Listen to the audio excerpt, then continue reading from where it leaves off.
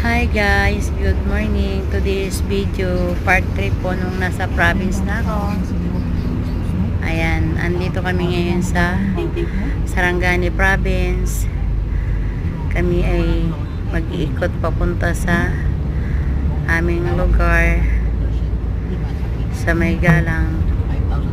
Kaya lang kami ay pupunta pa ng Banati para titingnan kung nandun po yung dentist na magbubunot ng ngipin dahil sinumpong ako ng aking ngipin guys.